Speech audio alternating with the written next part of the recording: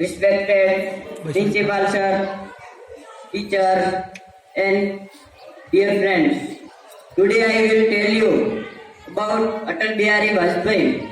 Atal Bihari Vajpayee was born in a middle class Brahmin family to Krishna Devi and Krishna Bihari Vajpayee on 25 December 1924 in Gwalior.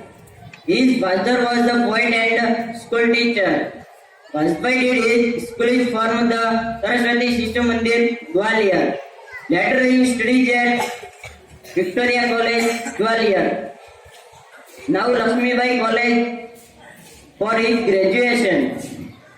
It was at Dayanand Anglo-Vedic College, Kanpur that Vajpayee completed his post-graduation in political science. By 1918, for the election, BJP had established the Vajpayee joining from the RSS Vakra in 1939. Vajpayee became a pracharak in 1947. Atal Bihari Vajpayee died 16 August 2018